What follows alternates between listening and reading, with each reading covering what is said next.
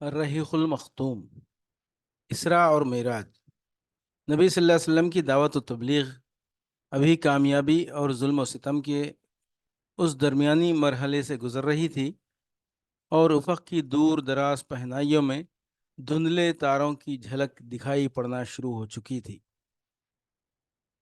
کہ اسراء اور معراج کا واقعہ پیش آیا۔ یہ معراج کب واقع ہوئی، اس بارے میں اہل سیر کے اقوال مختلف ہیں، جو یہ ہیں: جس سال آپ صلی اللہ علیہ وسلم کو نبوت دی گئی اسی سال معراج بھی واقع ہوئی، یہ طبری کا قول ہے۔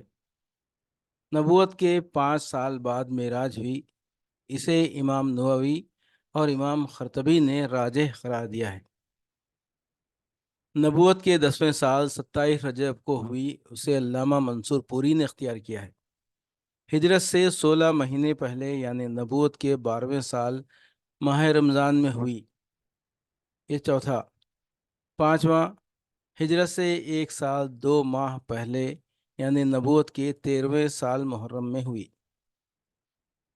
چھٹی بات یہ ہے کہ ہجرت سے 1 سال پہلے یعنی نبوت کے 13ویں سال ماہ ربیع الاول میں ہوئی۔ ان میں سے پہلے 3 اقوال اس لیے صحیح نہیں مانے جا سکتے کہ حضرت خدیجہ رضی اللہ عنہا کی وفات نماز پنجگانہ فرض ہونے سے پہلے ہوئی تھی، اور اس پر سب کا اتفاق ہے کہ نماز پنجگانہ کی فرضیت معراج کی رات ہوئی۔ اس کا مطلب یہ ہے کہ حضرت خدیجہ رضی اللہ عنہا کی وفات معراج سے پہلے ہوئی تھی، اور معلوم ہے کہ حضرت خدیجہ رضی اللہ عنہا کی وفات نبوت کے 10ویں سال ماہ رمضان میں ہوئی تھی، لہٰذا معراج کا زمانہ اس کے بعد کا ہوگا، اس سے پہلے کا نہیں۔ باقی رہے اخیر کے 3 اقوال، تو ان میں سے کسی کو کسی پر ترجیح دینے کے لیے کوئی دلیل نہ مل سکی۔ البتہ سورہ اسراء کے سیاق سے اندازہ ہوتا ہے کہ یہ واقعہ مکی زندگی کے بالکل آخری دور کا ہے۔ ائمہ حدیث نے اس واقعے کی جو تفصیلات روایت کی ہیں، ہم اگلی سطور میں ان کا حاصل پیش کر رہے ہیں۔ ابن قیم لکھتے ہیں، صحیح قول کے مطابق رسول اللہ صلی اللہ علیہ وسلم کو آپ کے جسم مبارک سمیت براق پر سوار کر کے حضرت جبرائیل علیہ السلام کی معیت میں مسجد حرام سے بیت المقدس تک سیر کرائی گئی۔ پھر آپ صلی اللہ علیہ وسلم نے وہاں نزول فرمایا اور انبیاء کی امامت فرماتے ہوئے نماز پڑھائی، اور براق کو مسجد کے دروازے کے حلقے سے باندھ دیا تھا۔ اس کے بعد اسی رات آپ صلی اللہ علیہ وسلم کو بیت المقدس سے آسمان دنیا تک لے جایا گیا۔ جبرائیل علیہ السلام نے دروازہ کھلوایا، آپ صلی اللہ علیہ وسلم کے لیے دروازہ کھولا گیا۔ آپ صلی اللہ علیہ وسلم نے وہاں انسانوں کے باپ حضرت آدم علیہ السلام کو دیکھا اور انہیں سلام کیا۔ انہوں نے آپ کو مرحبا کہا، سلام کا جواب دیا، اور آپ صلی اللہ علیہ وسلم کی نبوت کا اقرار کیا۔ اللہ نے آپ کو ان کے دائیں جانب سعادت مندوں کی روحیں اور بائیں جانب بدبختوں کی روحیں دکھلائیں۔ پھر آپ صلی اللہ علیہ وسلم کو دوسرے آسمان پر لے جایا گیا اور دروازہ کھلوایا گیا۔ آپ صلی اللہ علیہ وسلم نے وہاں حضرت یحییٰ بن زکریہ علیہ السلام اور حضرت عیسیٰ بن مریم علیہ السلام کو دیکھا۔ دونوں سے ملاقات کی اور سلام کیا۔ دونوں نے سلام کا جواب دیا، مبارکباد دی اور آپ کی نبوت کا اقرار کیا۔ پھر تیسرے آسمان پر لے جایا گیا۔ آپ صلی اللہ علیہ وسلم نے وہاں حضرت یوسف علیہ السلام کو دیکھا اور سلام کیا۔ انہوں نے جواب دیا، مبارکباد دی اور آپ کی نبوت کا اقرار کیا۔ پھر چوتھے آسمان پر لے جایا گیا۔ وہاں آپ صلی اللہ علیہ وسلم نے حضرت ادریس علیہ السلام کو دیکھا اور انہیں سلام کیا۔ انہوں نے جواب دیا، مرحبا کہا اور آپ کی نبوت کا اقرار کیا۔ پھر پانچویں آسمان پر لے جایا گیا۔ وہاں آپ صلی اللہ علیہ وسلم نے حضرت ہارون بن عمران علیہ السلام کو دیکھا اور انہیں سلام کیا۔ انہوں نے جواب دیا، مبارکباد دی اور اقرار نبوت کیا۔ پھر آپ صلی اللہ علیہ وسلم کو چھٹے آسمان پر لے جایا گیا۔ وہاں آپ کی ملاقات حضرت موسیٰ بن عمران سے ہوئی۔ آپ صلی اللہ علیہ وسلم نے سلام کیا۔ انہوں نے مرحبا کہا اور اقرار نبوت کیا۔ البتہ جب آپ وہاں سے آگے بڑھے تو وہ رونے لگے۔ ان سے کہا گیا، آپ کیوں رو رہے ہیں؟ انہوں نے کہا، میں اس لیے رو رہا ہوں کہ ایک نوجوان جو میرے بعد مبعوث کیا گیا، اس کی امت کے لوگ میری امت کے لوگوں سے بہت زیادہ تعداد میں ہوں گے، جنت کے اندر داخل ہوں گے۔ اس کے بعد آپ صلی اللہ علیہ وسلم کو 7ویں آسمان پر لے جایا گیا۔ وہاں آپ صلی اللہ علیہ وسلم کی ملاقات حضرت ابراہیم علیہ السلام سے ہوئی۔ آپ نے انہیں سلام کیا۔ انہوں نے جواب دیا، مبارکباد دی اور آپ صلی اللہ علیہ وسلم کی نبوت کا اقرار کیا۔ اس کے بعد آپ صلی اللہ علیہ وسلم کو سدرۃ المنتہا تک لے جایا گیا، پھر آپ کے لیے بیت معمور کو ظاہر کیا گیا، پھر خدائے جبار جل جلالہ کے دربار میں پہنچایا گیا، اور آپ صلی اللہ علیہ وسلم اللہ کے اتنے قریب ہوئے کہ 2 کمانوں کے برابر یا اس سے بھی کم فاصلہ رہ گیا۔ اس وقت اللہ نے اپنے بندے پر وحی فرمائی، جو کچھ کے وحی فرمائی، اور 50 وقت کی نمازیں فرض کی۔ اس کے بعد آپ صلی اللہ علیہ وسلم واپس ہوئے، یہاں تک کہ حضرت موسیٰ علیہ السلام کے پاس سے گزرے تو انہوں نے پوچھا کہ اللہ نے آپ صلی اللہ علیہ وسلم کو کس چیز کا حکم دیا ہے؟ آپ صلی اللہ علیہ وسلم نے فرمایا 50 نمازوں کا۔ انہوں نے کہا آپ کی امت اس کی طاقت نہیں رکھتی، اپنے پروردگار کے پاس واپس جائیے اور اپنی امت کے لیے تخفیف کا سوال کیجیے۔ آپ صلی اللہ علیہ وسلم نے حضرت جبرائیل علیہ السلام کی طرف دیکھا، گویا ان سے مشورہ لے رہے ہیں۔ انہوں نے اشارہ کیا، ہاں اگر آپ چاہیں۔ اس کے بعد حضرت جبرائیل علیہ السلام آپ صلی اللہ علیہ وسلم کو جبار تبارک تعالیٰ کے حضور لے گئے، اور وہ اپنی جگہ تھا۔ بعض طرق میں صحیح بخاری کا لفظ یہی ہے کہ اس نے 10 نمازیں کم کر دیں اور آپ صلی اللہ علیہ وسلم نیچے لائے گئے۔ جب موسیٰ علیہ السلام کے پاس سے گزر ہوا تو انہیں خبر دی۔ انہوں نے کہا آپ صلی اللہ علیہ وسلم اپنے رب کے پاس واپس جائیے اور تخفیف کا سوال کیجیے۔ اس طرح حضرت موسیٰ علیہ السلام اور اللہ عز و جل کے درمیان آپ کی آمد و رفت برابر جاری رہی، یہاں تک کہ اللہ عز و جل نے صرف 5 نمازیں باقی رکھیں۔ اس کے بعد بھی موسیٰ علیہ السلام نے آپ صلی اللہ علیہ وسلم کو واپسی اور طلب تخفیف کا مشورہ دیا، مگر آپ صلی اللہ علیہ وسلم نے فرمایا اب مجھے اپنے رب سے شرم محسوس ہو رہی ہے، میں اسی پر راضی ہوں اور سر تسلیم خم کرتا ہوں۔ پھر جب آپ مزید کچھ دور تشریف لے گئے تو ندا آئی کہ میں نے اپنا فریضہ نافذ کر دیا اور اپنے بندوں سے تخفیف کر دی۔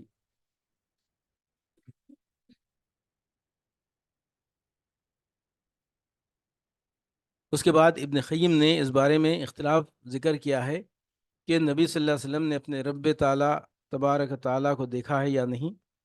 پھر امام ابن تیمیہ کی ایک تحقیق کا ذکر ہے جس کا حاصل یہ ہے کہ آنکھ سے دیکھنے کا سرے سے کوئی ثبوت نہیں اور نہ کوئی صحابی اس کا قائل ہے، اور ابن عباس سے مطلقاً دیکھنے دل سے دیکھنے کے جو 2 قول منقول ہیں ان میں سے پہلا دوسرے کے منافی نہیں۔ اس کے بعد امام ابن قیم لکھتے ہیں کہ سورہ نجم میں اللہ تعالیٰ کا جو یہ ارشاد ہے ثم دنا فتدلی، پھر وہ نزدیک آیا اور قریب تر ہو گیا، تو یہ اس قربت کے علاوہ ہے جو معراج کے واقعے میں حاصل ہوئی تھی، کیونکہ سورہ نجم میں جس قربت کا ذکر ہے اس سے مراد حضرت جبرائیل علیہ السلام کی قربت وہ تدلی ہے، جیسا کہ حضرت عائشہ رضی اللہ عنہا اور ابن مسعود رضی اللہ عنہ نے فرمایا ہے، اور سیاق بھی اسی پر دلالت کرتا ہے۔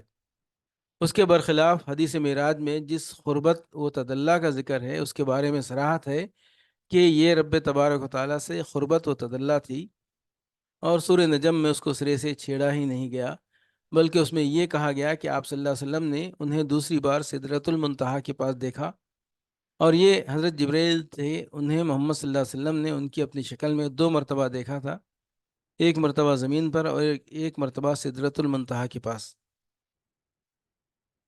اللہ عالم۔ اس دفعہ بھی نبی صلی اللہ علیہ وسلم کے ساتھ شق صدر، سینہ چاک کیے جانے کا واقعہ پیش آیا، اور آپ صلی اللہ علیہ وسلم کو اس سفر کے دوران کئی چیزیں دکھلائی گئیں۔ آپ صلی اللہ علیہ وسلم پر دودھ اور شراب پیش کیے گئے، آپ نے دودھ اختیار فرمایا، اس پر آپ سے کہا گیا کہ آپ صلی اللہ علیہ وسلم کو فطرت کی راہ بتائی گئی یا آپ نے فطرت پالی، اور یاد رکھیے کہ اگر آپ صلی اللہ علیہ وسلم نے شراب لی ہوتی تو آپ کی امت گمراہ ہو جاتی۔ آپ صلی اللہ علیہ وسلم نے جنت میں 4 نہریں دیکھیں، 2 ظاہری اور 2 باطنی۔ ظاہری نہریں نیل و فرات تھیں، اس کا مطلب غالباً یہ ہے کہ آپ کی رسالت نیل و فرات کی شاداب وادیوں کو اپنا وطن بنائے گی، یعنی یہاں کے باشندے نسلاً بعد نسل مسلمان ہوں گے، یہ نہیں کہ ان دونوں نہروں کے پانی کا منبع جنت میں ہے، واللہ عالم۔ آپ صلی اللہ علیہ وسلم نے مالک داروغ جہنم کو بھی دیکھا، وہ ہنستا نہ تھا اور نہ اس کے چہرے پر خوشی اور بشاشت تھی۔ آپ صلی اللہ علیہ وسلم نے جنت و جہنم بھی دیکھی۔ آپ صلی اللہ علیہ وسلم نے ان لوگوں کو بھی دیکھا جو یتیموں کا مال ظلماً کھا جاتے ہیں، ان کے ہونٹ اونٹ کے ہونٹوں کی طرح تھے، اور وہ اپنے منہ میں پتھر کے ٹکڑوں جیسے انگارے ٹھونس رہے تھے جو دوسری جانب ان کے پاخانے کے راستے سے نکل رہے تھے۔ آپ صلی اللہ علیہ وسلم نے سود خوروں کو بھی دیکھا، ان کے پیٹ اتنے بڑے بڑے تھے کہ وہ اپنی جگہ سے ادھر ادھر نہیں ہو سکتے تھے، اور جب آل فرعون کو آگ پر پیش کرنے کے لیے لے جایا جاتا تو ان کے پاس سے گزرتے وقت انہیں رونتے ہوئے جاتے تھے۔ آپ صلی اللہ علیہ وسلم نے زناکاروں کو بھی دیکھا، ان کے سامنے تازہ اور فربا گوشت تھا، اور اسی کے پہلو بہ پہلو سڑا ہوا چچڑا بھی تھا۔ یہ لوگ تازہ اور فربا گوشت چھوڑ کر سڑا ہوا چچڑا کھا رہے تھے۔ آپ صلی اللہ علیہ وسلم نے ان عورتوں کو دیکھا جو اپنے شوہروں پر دوسروں کی اولاد داخل کر دیتی ہیں، یعنی دوسروں سے زنا کے ذریعے حاملہ ہوتی ہیں، اور لیکن لا علمی کی وجہ سے بچہ ان کے شوہر کا سمجھا جاتا ہے۔ آپ صلی اللہ علیہ وسلم نے انہیں دیکھا کہ ان کی سینوں میں بڑے بڑے ٹیڑے کانٹے چبھا کر انہیں آسمان و زمین کے درمیان لٹکا دیا گیا ہے۔ آپ صلی اللہ علیہ وسلم نے آتے جاتے ہوئے اہل مکہ کا ایک قافلہ بھی دیکھا، اور انہیں ان کا ایک اونٹ بھی بتایا جو بھڑک کر بھاگ گیا تھا۔ آپ صلی اللہ علیہ وسلم نے ان کا پانی بھی پیا جو ایک ڈھکے ہوئے برتن میں رکھا تھا۔ اس وقت قافلہ سو رہا تھا، پھر آپ نے اسی طرح برتن ڈھک کر چھوڑ دیا، اور یہ بات معراج کی صبح آپ صلی اللہ علیہ وسلم کے دعویٰ کی صداقت کی دلیل ثابت ہوئی۔ علامہ ابن قیم فرماتے ہیں کہ جب رسول اللہ صلی اللہ علیہ وسلم نے صبح کیا اور اپنی قوم کو ان بڑی بڑی نشانیوں کی خبر دی جو اللہ عز و جل نے آپ کو دکھلائی تھی، تو قوم کی تکذیب اور اذیت و ضرر رسانی میں اور شدت آ گئی۔ انہوں نے آپ سے سوال کیا کہ بیت المقدس کی کیفیت بیان کریں۔ اس پر اللہ نے آپ صلی اللہ علیہ وسلم کے لیے بیت المقدس کو ظاہر فرما دیا، اور وہ آپ کی نگاہوں کے سامنے آ گیا۔ چنانچہ آپ صلی اللہ علیہ وسلم نے قوم کو اس کی نشانیاں بتلانی شروع کی، اور ان سے کسی بات کی تردید نہ بن پڑی۔ آپ صلی اللہ علیہ وسلم نے جاتے اور آتے ہوئے ان کے قافلے سے ملنے کا بھی ذکر کیا، اور بتلایا کہ اس کی آمد کا وقت کیا ہے۔ آپ صلی اللہ علیہ وسلم نے اس اونٹ کی بھی نشاندہی کی جو قافلے کے آگے آگے آ رہا تھا۔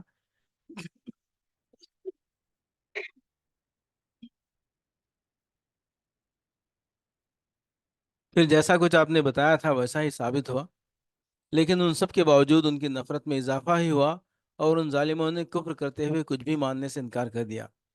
کہا جاتا ہے کہ ابو بکر رضی اللہ عنہ کو اسی موقع پر صدیق کا خطاب دیا گیا، کیونکہ آپ نے اس واقعے کی اس وقت تصدیق کی جبکہ اور لوگوں نے تکذیب کی تھی۔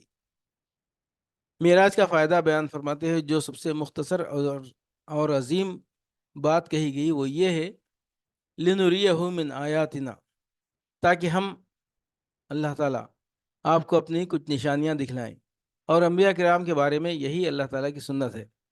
ارشاد ہے، وَكَذَلِكَ نُرِي إِبْرَاهِيمَ مَلَكُوتِ السَّمَاوَاتِ وَالْأَرْضِ وَلِيَكُونَ مِنَ الْمُوقِنِينَ، اور اسی طرح ہم نے ابراہیم کو آسمان و زمین کا نظام سلطنت دکھلایا، اور تاکہ وہ یقین کرنے والوں میں سے ہو۔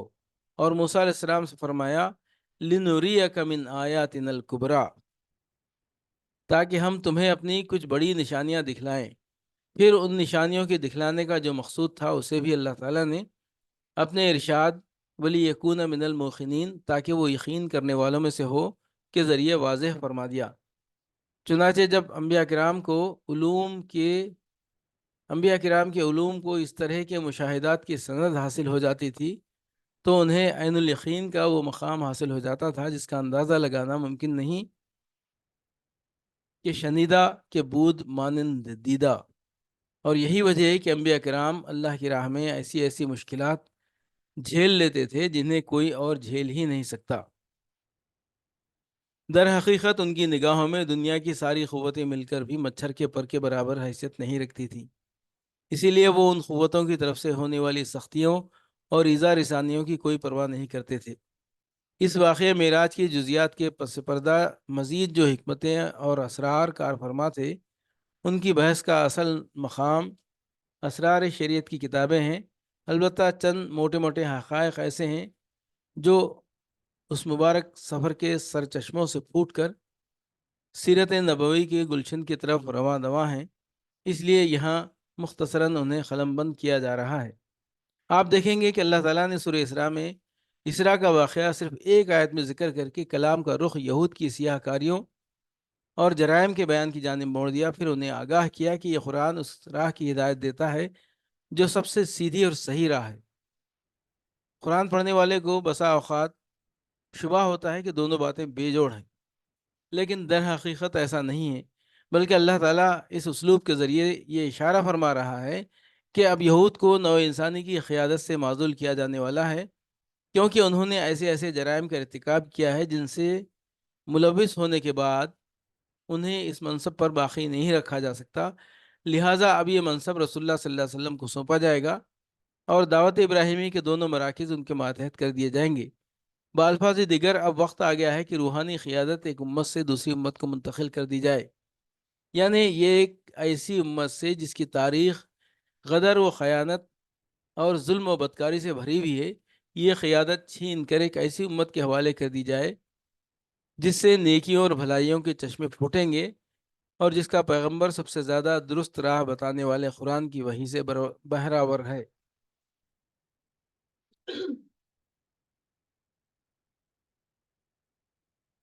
لیکن یہ قیادت منتقل کیسے ہو سکتی ہے جبکہ اس امت کا رسول مکے کے پہاڑوں میں لوگوں کے درمیان ٹھوکریں کھاتا پھر رہا ہے؟ اس وقت یہ ایک سوال تھا جو ایک دوسری حقیقت سے پردہ اٹھا رہا تھا، اور وہ حقیقت یہ تھی کہ اسلامی دعوت کا ایک دور اپنے خاتمے اور اپنی تکمیل کے قریب آ لگا ہے، اور اب ایک دوسرا دور شروع ہونے والا ہے جس کا دھارا پہلے سے مختلف ہوگا۔ اس لیے ہم دیکھتے ہیں کہ بعض آیات میں مشرکین کو کھلی وارننگ اور سخت دھمکی دی گئی ہے۔ ارشاد ہے، وَإِذَا أَرَدْنَا أَن نُهْلِكَ قَرْيَةً أَمَرْنَا مُتْرَفِيهَا فَفَسَقُوا فِيهَا فَحَقَّ عَلَيْهَا الْقَوْلُ فَدَمَّرْنَاهَا تَدْمِيرًا۔ اور جب ہم کسی بستی کو تباہ کرنا چاہتے ہیں تو وہاں کے اصحاب ثروت کو حکم دیتے ہیں، مگر وہ کھلی خلاف ورزی کرتے ہیں، پس اس بستی پر تباہی کا قول برحق ہو جاتا ہے اور ہم اسے کچل کر رکھ دیتے ہیں۔ وَكَمْ أَهْلَكْنَا مِنَ الْقُرُونِ مِنْ بَعْدِ نُوحٍ وَكَفَىٰ بِرَبِّكَ بِذُنُوبِ عِبَادِهِ خَبِيرًا بَصِيرًا۔ اور ہم نے نوح کے بعد کتنی ہی قوموں کو تباہ کیا، اور تمہارا رب اپنے بندوں کے جرائم کی خبر رکھنے اور دیکھنے کے لیے کافی ہے۔ پھر ان آیات کے پہلو بپہلو کچھ ایسی آیات بھی ہیں جن میں مسلمانوں کو ایسے تمدنی قواعد و ضوابط اور دفعات و مبادی بتلائے گئے ہیں جن پر آئندہ اسلامی معاشرے کی تعمیر ہونی تھی، گویا وہ کسی ایسی سرزمین پر اپنا ٹھکانہ بنا چکے ہیں جہاں ہر پہلو سے ان کے معاملات ان کے اپنے ہاتھ میں ہیں، اور انہوں نے ایک ایسی وحدت متماسکہ بنا لی ہے جس پر سماج کی چکی گھوما کرتی ہے۔ لہٰذا ان آیات میں اشارہ ہے کہ رسول اللہ صلی اللہ علیہ وسلم عنقریب ایسے جائے پناہ اور امن گاہ پالیں گے جہاں آپ صلی اللہ علیہ وسلم کے دین کو استقرار نصیب ہوگا۔ یہ اسراء و معراج کے بابرکت واقعے کی تہ میں پوشیدہ حکمتوں اور راز ہائے سربستہ میں سے ایک ایسا راز اور ایک ایسی حکمت ہے جس کا ہمارے موضوع سے براہ راست تعلق ہے، اس لیے ہم نے مناسب سمجھا کہ اسے بیان کر دیں۔ اسی طرح کی دو بڑی حکمتوں پر نظر ڈالنے کے بعد ہم نے یہ رائے قائم کی ہے کہ اسراء کا یہ واقعہ یا تو بیت عقبہ اولیٰ سے کچھ ہی پہلے کا ہے یا عقبہ کی دونوں بیتوں کے درمیان کا ہے، واللہ عالم۔